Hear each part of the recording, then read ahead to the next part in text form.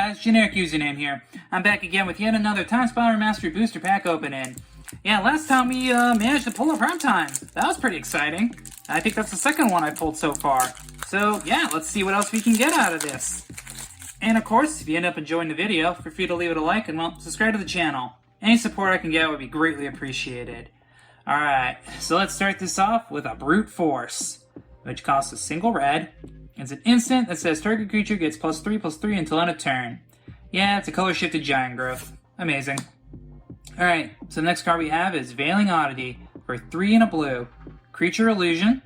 It has Suspend 4 for 1 and a blue. And it says when the last time counter is removed from Veiling Oddity while it's exiled, creatures can't be blocked this turn. And it's a 2/3. Yeah, it's a 2/3 that can make it harder to block your stuff when it finally comes into play. Amazing. Alright, so now we have Cutthroat il-Dal for 3 and a black. It's a creature, human rogue, and it's Hellbent, where if you have no cards in your hand, it gets Shadow, and it's a 4/1. Yeah, so if you have no cards, it has evasion, but normally you don't want to basically set yourself to have no hand, so I think it's kind of meh. That's just me though. Alright, speaking of things that aren't meh, this is Karu Primarch for 3 and a green. It's a creature Kavu with Kicker for 4, Convoke, and it says if it was kicked, it enters the battlefield with 4 1/1 counters on it, and it's a 3/3. Yeah, 3/3 that you can turn into a 7/7 for Kicker 4, and has Convoke to basically pay for all that. Yeah, that's very solid. Definitely play that in sealed. Okay, so now we have Urborg Syphon-Mage for 2 and a black. It's a creature, human spell shaper, that says pay 2 and a black, tap, discard a card. Each other player loses 2 life. You gain life equal to the life lost this way, and it's a 2/2. Yeah, this is basically good for in draft or sealed to basically get there for the last bit of damage and help yourself stabilize if you need it. It's a good card. Okay, so now we have another good card, Aven Riftwatcher for 2 and a white. It's a creature, bird, rebel, soldier. It has flying, vanishing 3, and when it enters the battlefield or leaves the battlefield, you gain 2 life. And it's a 2/3. Yeah, 2/3 flying for 3. That, yeah, it disappears in 3 turns, but you gain 2 life and whenever it leaves the battlefield or enters the battlefield. So yeah, very good.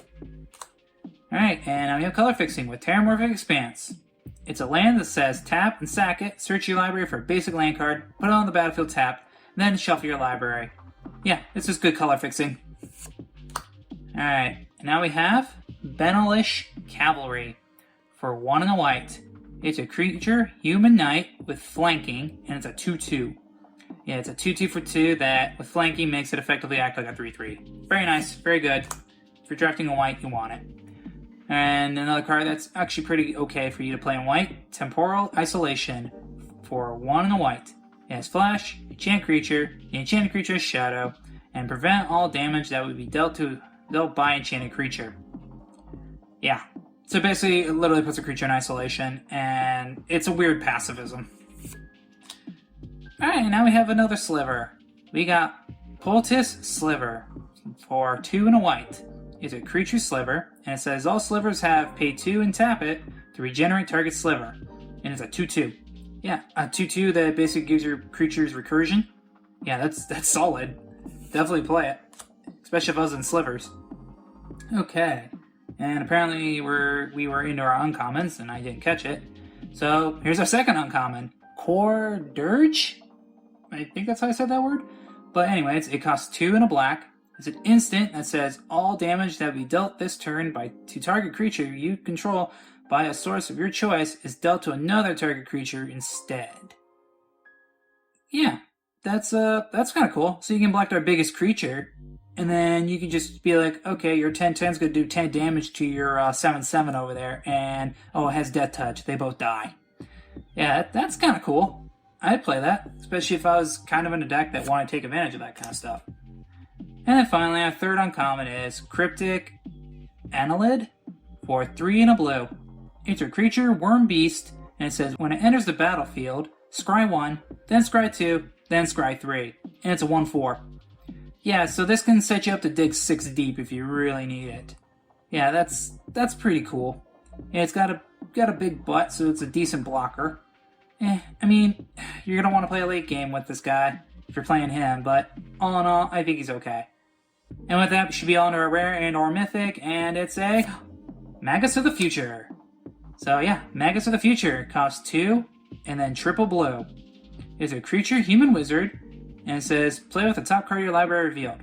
You may play lands and cast spells from the top of your library, and it's a 2/3. Yeah, you know, I'm noticing I'm getting a lot of repeat rares, which is interesting. Because, like, I'm not pulling these from a box. They're from, I bought these at different times, so that's really weird. But, at any rate, Magus of the Future. It's a great card to play if you're in kind of like a control shell. I mean, yeah, it gives you an extra card to cast if you need it. And yeah, if you need a blue card at 5 mana, this is not a bad pick. Okay, and that should take us to our special card, and that is, Bedlam Reveler. For 6 and double red. It's a creature, Devil Whore, and it says this spell costs 1 less to cast for each instant and sorcery card in your graveyard. It has prowess, and it says when it enters the battlefield, discard your hand, then draw 3 cards. And it's a 3/4. Yeah, this thing's really good in Dredge, basically. Or in the prowess decks, actually. Really love it. Yeah, they're okay with pitching their hand because they're going to be casting most of their spells anyways. So they're okay with pitching a hand with nothing in it.